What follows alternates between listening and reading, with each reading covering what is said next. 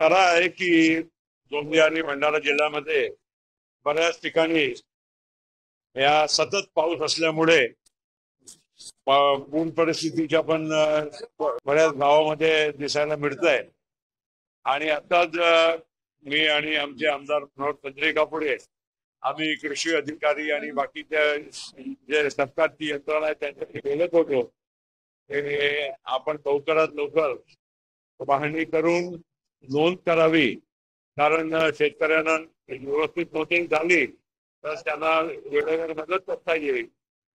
हे अजून पाऊस चालूच आहे आणि या वातावरणामध्ये अजून 1-2 दिवस नंतर पूर्ण अंदाज दोन्ही जिल्ह्याच्या जिल्हाधिकारी आणि बाकीच्या शासकीय यंत्रणांना मी स्वतः बोलतोय आणि सूचनाही करतोय. त्यांना दिलासा मिळाला असा आरोप विरोधी करतायत. विरोधींना आरोप करायच्या शिवाय काही काम नाही आहे. कांदा उत्पादकांना आता काय भाव मिळून राहिलेला आहे हे तुम्ही स्वतः तिथे जाऊन पहा. आज उगीचच म्हणजे राजकारण करणं, शेतकऱ्यांच्या खांद्यावर बंदूक दुसऱ्यांच्यावर जागण्यापेक्षा स्वतः म्हणजे आत्मनिरीक्षण करायला पाहिजे की एवढे वर्ष अनेक महाशय जेव्हा त्यांच्याकडे सत्ता होती त्यांनी उत्पादकांच्यासाठी योजना कोणती आखली होती. आज हे खरं आहे की मागच्या काळामध्ये कांद्याचे भाव घसरले, शेतकऱ्यांना खूप नुकसान झालं. सरकारने आता या बजेटमध्येही, महाराष्ट्राच्या बजेटमध्येही काहीतरी तरतूद केली आहे सोयाबीनसाठी, कापसासाठी, इतर शेतकऱ्यांच्यासाठी. त्याप्रमाणे आत्ता मी संसदेमध्येही मागच्या जे अधिवेशनचा भाषण माझा होता त्यामध्ये सरकारला सूचना केली होती की आपण कांदा उत्पादकांच्यासाठी काहीतरी एक परमनंट योजना करा, कारण कांद्याचा भाव वाढते तेव्हा ग्राहकांच्या डोळ्यात पाणी येतो आणि भाव घसरतात तेव्हा शेतकऱ्यांच्या डोळ्यात पाणी असतो. म्हणून काहीतरी अशी यंत्रणा करावी की ज्या अर्थानं दोन्ही बाजूला कुठेही अडचण न जाता शासनाने अशी योजना करावी की दोन्ही बाजूला न्याय मिळेल आणि खास करून जे शेतकऱ्यांची जी ओरड वारंवार येत असते ती कायमस्वरूपी बंद झाली पाहिजे. जयंत पाटील यांची भेट घेतलेली आहे आपल्या पक्षाचे आमदार, त्याच्यावर काय? नाही ते ठीक आहे. बघा, आता निवडणुकीचा जे काळ आहे ना त्यामध्ये काही ना काही प्रत्येकांची इच्छा असते की मला उभा राहायचं आहे, निवडणुका लढायची आहे आणि हे सगळ्या पक्षामध्ये तुम्हाला पाहायला मिळेल. आणि हे आत्ता ते तुम्ही जे मला विचारतात ती गोष्ट वेगळी, मला ते पूर्ण माहिती नाही आहे बाबाजानीबद्दल. पण शेवटी आत्ता निवडणुकीच्या या दरम्यान तुम्हाला प्रत्येक पक्षामध्ये, कारण इच्छुक अनेक असतात, जागा कमी आहे, 3 पक्ष या बाजूला आहे, 3 पक्ष त्या बाजूला आहे प्रामुख्यानं, आणि त्यामुळे एखाद्याला मिळाली तर दुसऱ्यांच्या मनामध्ये स्वाभाविक आहे की इच्छा असते. पण मी त्याच्यावर जास्त काही आता भाष्य करत नाही, मला पूर्ण माहिती घेऊ द्या.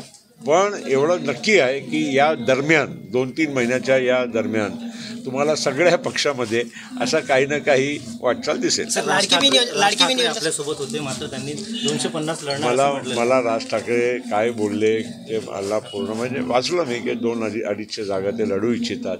आता ठीक आहे, मी तुम्हाला जसं सांगितलं प्रत्येक पक्षाला हौस असते की माझे जास्तीत जास्त लोक उभे राहिले पाहिजे, निवडून यायला पाहिजे.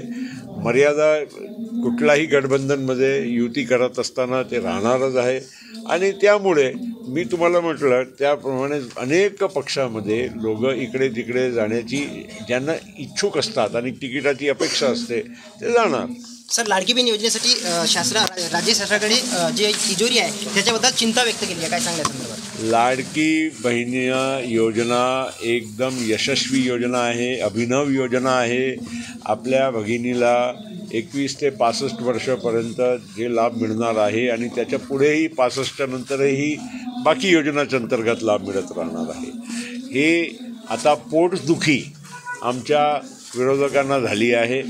अशी योजना, इतकी चांगली योजना शेतकऱ्यांच्यासाठी सुद्धा, वीज बिल माफ, फ्री वीज, 7.5 हॉर्स पॉवरपर्यंत दिवसात वीज, अनेक बाकीच्या आता तरुणांना जे मानधन स्टायपंड म्हणून मिळणार आहे 6,000, 8,000 आणि 10,000 ज्या श्रेणीचा तरुण असेल तर हे सगळं स्वाभाविक आहे की हे आता त्यांना असं वाटते की आता पायाखालीची जमीन खसकून राहिली आहे त्यामुळे असा आरोप करतात.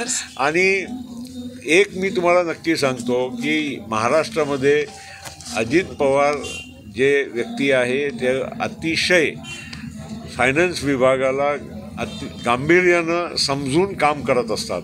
पैसे महाराष्ट्राच्या तिजोरीमध्ये असेल तरच ते योजना द्यायला तयार राहतात.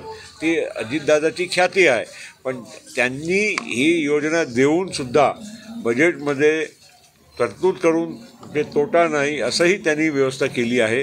त्यामुळे विरोधकांच्या तोंड बंद झाले. सर, इथे 2-3 महिन्यामध्ये विधानसभेच्या निवडणुका आहेत आणि आपण 2 जागा वाढवून देऊ अशा बोललेले होते. कुठली असं जागा आपण वाढवून आहे मागणार की आहात? प्रत्येक ठिकाणी मी म्हटलं ना की आम्ही इलेक्शनच्या तोंडावर आम्ही आमच्या जागा कशा वाढतील आम्ही सगळेच प्रयत्न करणार आहोत. ते स्वाभाविक आहे. आत्ता मी काही सांगू शकत नाही. महायुती आमची आहे, त्यामध्ये सगळ्या नेते बसून समन्वय केल्याशिवाय काही घोषणा करणं योग्य नाही. एवढंच म्हणेल की सगळ्या पक्षांना न्याय मिळेल त्याच्यासाठी आम्ही प्रयत्न करणार. मेळावा घेण्यात आलेला आहे राष्ट्रवादीचा, काय सांगणार? माझ्यासाठी राष्ट्रवादी काँग्रेस पक्षाच्या आमच्या सहकाऱ्यांना कार्यकर्त्यांना भेटण्याची मी अशी संधी नेहमी शोधत असतो. कारण या निमित्तानं सगळ्यांची वर्षात 2-3दा भेटही होऊन जाते. काही इथे आल्यावर स्वाभाविक आहे की स्थानिक आणखीन जे काही लोक बाकीचे गोंदिया की मुंबईला येत नसतात त्या लोकांनाही भेटायची संधी मिळते. आणि येणारा आता काळामध्ये आता निवडणुकाही आहे दिवाळीच्या आसपास, तर त्याच्यासाठीही आम्हाला आमच्या कार्यकर्त्यांना सज्ज करायचं आहे, तयार करायचं आहे, उत्साहित करायचं आहे. आणि नक्कीच मी तुम्हाला खात्रीपूर्वक सांगतो की जे लोकसभेमध्ये चित्र होता तसा अजिबात राहणार नाही. आमच्या या गोंदिया भंडारा जिल्ह्यामध्ये आणि विदर्भामध्येही जे काही लोकसभेमध्ये जे काही एक अपप्रचार खास करून संविधान बदलण्यात येईल आणि लोकांचा एक जे आरक्षणाचा मुद्दा होता त्याला धोका आहे असा अपप्रचारामुळे नुकसान जे होता अजिबात लोकांना आता समजलेलं आहे, पटलेलं आहे की आता असं होणार नाही. आणि आम्ही आमच्यासारखे लोक त्यांना खात्री करून देऊ. दुसरं, आता बऱ्याच चांगल्या योजना महाराष्ट्र सरकारने जे जाहीर केल्या आहेत त्या योजनेचा पण आता ज्या पद्धतीनं ज्या उत्साहाने आमच्या महिला या आपल्या राज्यातल्या भगिनी जे उत्साहाने ते योजनेचं स्वागत करून राहिले. त्याशिवाय शेतकऱ्यांना जे काही आज वीज बिल माफ झाले, पंप फ्री झाले, आणखीन बऱ्याच जे तरुणांच्यासाठी जे योजना मिळालेल्या आहे, या सगळ्यांच्या जर आपण विचार केला तर एक वातावरण पूर्वी जे होतं आणि आज जे आहे एकदम बदल आहे. सर, आपल्या प्रयत्नाने गोंदियातील एअरपोर्ट पुन्हा चालू झालेलं आहे. मुंबई पुणे लवकरच चालू होणार आहे. कधीपर्यंत काय आहे की आता हळूहळू आता एक विमानसेवा सुरू आहे गोंदियापासून. हीच मोठी गोष्ट आहे. गोंदियासारख्या शहराला विमानसेवा इंडिगोसारख्या कंपनीने जोडणं महत्त्वाची गोष्ट आहे. काही येणाऱ्या काळामध्ये आपल्याला अधिक ठिकाणी गोंदिया आणि आपल्या या जिल्ह्याला जोडण्याचा प्रयत्न करायचा आहे. थोडा वेळ लागते. एकदा हे स्टेबल झालं मग आपण पुढच्या शहरासाठी विचार करू. आणि खास करून मुंबई, कारण मुंबई आत्ता नवीन विमानसेवाच्यासाठी उपलब्ध नाही आहे. नवीन मुंबईच्या विमानतळ झाल्यावरच विमान अधिक तिथे उतरण्याची संधी मिळेल. त्यावेळेस आपल्याला गोंदियाला मुंबईशी जोडता येईल. सर, सिकर बँक घोटाळा प्रकरणी 50 याचिका क्लोजर रिपोर्टवर दाखल करण्यात आलं, काय सांगा त्या संदर्भात? बघा, हे सगळं न्यायप्रविष्ट गोष्ट आहे, त्याच्यावर मला भाष्य करायचं नाही. बाकी घोटाळा हे शब्द आता काही कुठलाही प्रकरण याला घोटाळा म्हणूनच आपण सुरू करतो, हीच चुकीची बाब आहे. जे काही कोणी दोषी झाला सिद्ध तेव्हा जे तो घोटाळा म्हणता येईल.